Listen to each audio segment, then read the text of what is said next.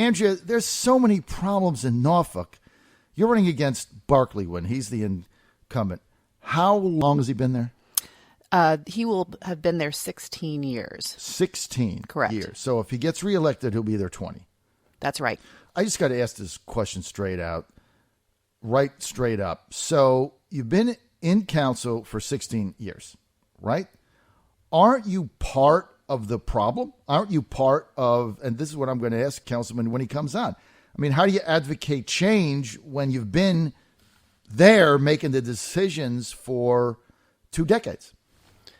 A good question. I mean, isn't that legitimate?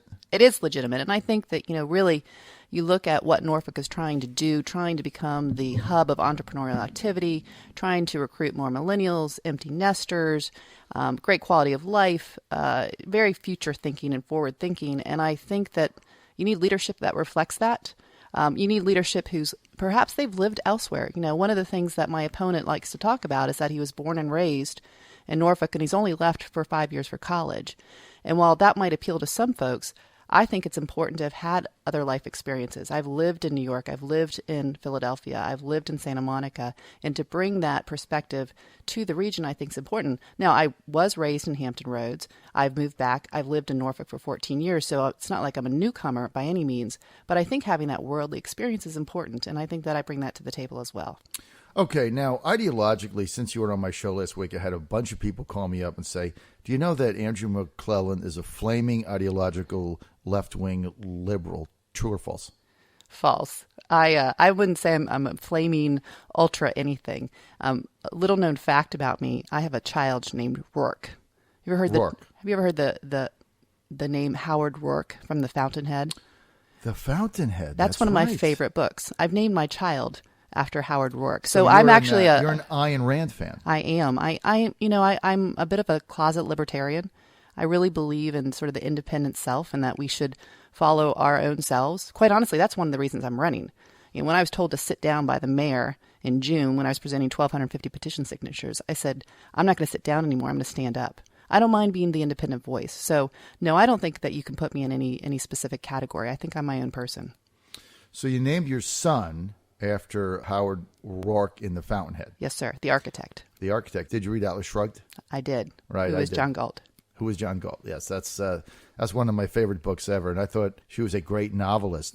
If you look at the way she developed her characters, it was pretty stunning how she was able to do that. So that's one of my favorite books ever. Now, I named my first son Jack, who is now a college professor at the University of Nevada. We named him Jack after Jack Kemp. So see? Wow, same there you thing. go. There you go. And now he's turned out to be a Bernie Sanders precinct captain in Nevada. And so I'm not sure how that, somewhere that turned its head. Well, and it's interesting because my mom, who lives in Norfolk, is very strong Republican. She's been a delegate in the previous election cycle. She's, I think we all come with a combination of values. And I'd like to say that mine are I'm an independent and informed leader. And in this nonpartisan race, I think that's what we need right now. I have a business background. I look at things from a business perspective and filter. We have to have the funds to do what we want to do. I like to help others. That's why I'm running. But I think we need to help others help themselves. I think that's, I don't know what party perspective that is. Now, have I run in the Democratic Party? I have. I'm not going to run away from that. But I don't think that mine is an extremist perspective by any right. I will also say that it's important to have relationships at the state level and at the federal level where you can call on your friends for resources and guidance. And when you have legislation that's going to affect Norfolk and the Hampton Roads region, I have the ability to call up various senators and delegates. I worked on some legislation pieces in the last General Assembly. And I have to say, one of the folks that I called was Senator John Miller. And he was very helpful, and he's been a good friend, and he passed away yesterday. And I think we're all sad here in the state of Virginia. We lost a really good statesman, and he helped me a lot, and I've known him for many years, and it's a sad day for me and a lot of folks in the state of Virginia as a result. John Miller, a wonderful guy, great husband, great father, friend of my show. He sat in for me numerous times, both in this studio, in Richmond, 2 times when my studio was in Washington, D.C. He came all the way up. And I remember one night I was on vacation. He was standing in for me, and my studio back then was in Washington, and he was in Richmond. And because, he's got to be there at 5 a.m. Mm-hmm. Anyway, whatever happened in Richmond, that he was in session, he was supposed to get out there at 5 or 6, and he would just drive up. But it went out till 2 a.m., whatever they were doing. And so he got an hour's sleep, he said, in the car, and then set his phone and drove to Washington and did my 4-hour show. I mean, the guy's a salt of the earth, and he is going to be missed. Very accessible. You could always go in and see him in his office. Returned everybody's phone call diligently, and only 68. Yeah. Heart attack. He, he supported my campaign. He was just a really great sounding board. He did an amazing work for public education. He was a leader in SOL reform to reduce our tests. He introduced some great legislation this past session to recreate sort of the Virginia Public High School to allow for more kids to start working on a career track and certification track in high school. Not everybody's ready to go to college. I think we should be creating an education system that makes kids college ready, military ready, and career ready. And John was really focused on that. And he was just such a great champion for so many, and he will be incredibly missed. No question. Andria, you're one of two candidates challenging incumbent Barkley Wynn. Why do you want to oust Wynn? What are you going to do differently, specifically, that Wynn hasn't done? Well, first of all, I'd ask the question, if you haven't done it in 16 years, what are you going to do in the next 4? He talks about public education being a priority. I'm not sure that he's done anything that I could see other than funding the budget for the schools. I'd like to get more involved in the school system and be an active city council leader, work with our school board. I think we need to have quarterly school board meetings. We need a more effective communication between those two bodies. I think we need more accountability on the school board. I will continue to push to ensure that for the elections in 2018, that the school board elections will happen on a hybrid basis where there's an at-large election for folks with specific residency requirements. I will also call for an audit of our schools. I mean, the city of Norfolk, our schools are, I believe they're on average 40 to 50 years old. They're falling apart. They need to be safe for the kids. They also need to have the technology for 21st century learning. I'm a huge advocate of online education to enhance what we have going on in the classroom and to extend what we can't offer right now. So, for example, my son's at Maury High School. This year, they're not offering Spanish 1 at Maury High School. Spanish 1. Because they don't have a teacher. Now, I don't necessarily fault the principal. She's a great principal.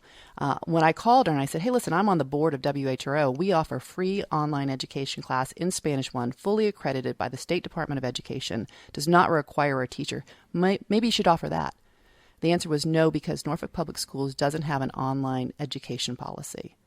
So those kids can't utilize what's there, what's fully accredited, what's free to get an education. They're doing this in Virginia Beach. They're doing this in Chesapeake. Kids are taking full advantage of it, and we need to be doing that in Norfolk. That's just some of the ideas that I have.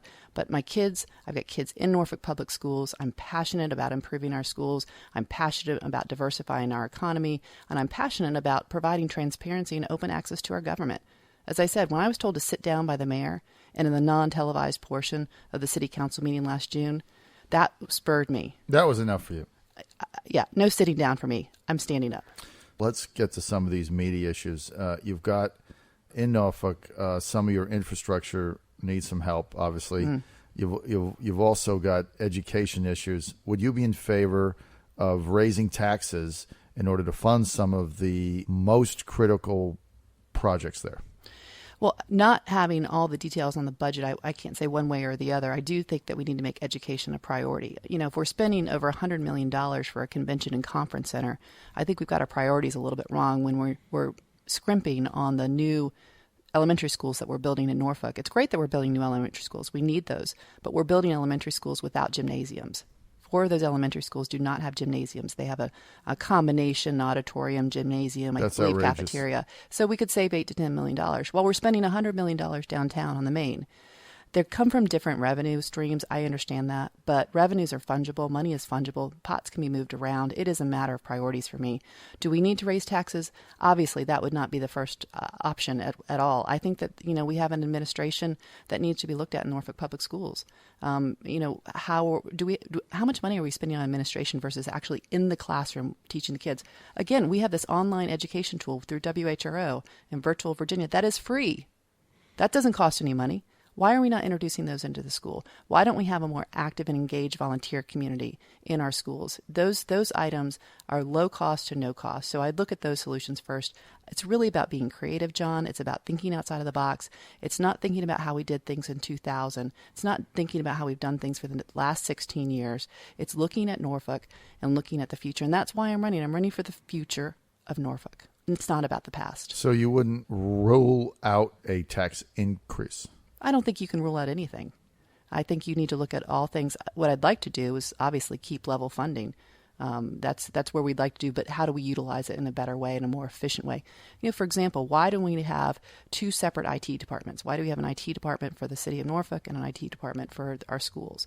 Can we create more shared services within our city? Andrew, look, everybody says this when they're running for office. They find all these inefficiencies in government, and they go on a campaign, and they say, look, this doesn't make any sense. And then they get there, and they don't do anything. Why are you going to be different? Nobody does anything. If you ask folks... that's sure. why people are frustrated. We like these officials, and they don't do anything. Listen, if you ask folks who've worked with me, and if you look at my record, I do things. I didn't have to go out and collect 1,250 petition signatures through Better Together Norfolk about our school board elections. It really was no skin off my back, right? I could have sat at home and not worried about that. I didn't have to go out and help raise $250,000 to help fund the seed money for the glass studio at the Chrysler Museum. Right. I didn't have to get involved with the new Neon Arts District. Right.